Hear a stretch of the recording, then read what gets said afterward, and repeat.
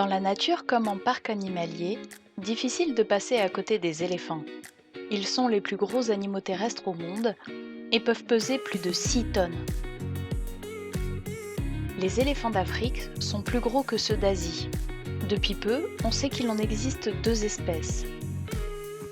L'éléphant de savane et l'éléphant de forêt.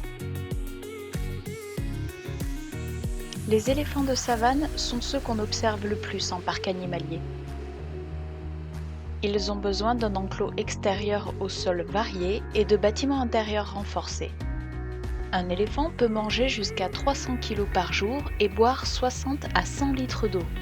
Cet herbivore se nourrit d'herbes, de branchages, de fruits, de légumes ou encore de racines.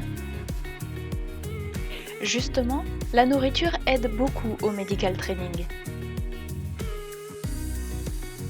Régulièrement, les soigneurs demandent à l'éléphant de présenter ses pieds pour contrôler qu'il n'a pas de problème particulier. En milieu sauvage, les éléphants parcourent de longues distances chaque jour. Ils entretiennent leur coussinet en marchant sur différents types de sols, ce qu'ils ne peuvent pas beaucoup faire en captivité. Côté reproduction, cela n'a pas toujours été simple pour les parcs animaliers. Et puis, la mortalité juvénile existe. Mais il y a eu des progrès. La gestation est très longue, 20 à 22 mois.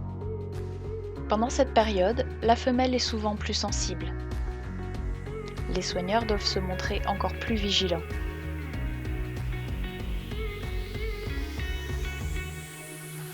Une fois né, l'éléphanteau est assez fragile et aussi très joueur. Il rejoint généralement le groupe d'éléphants et grandira à leur côté.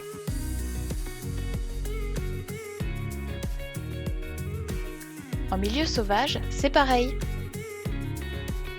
L'éléphanteau grandit au sein d'un groupe de femelles, guidé par une matriarche. Malheureusement, l'éléphant d'Afrique est menacé.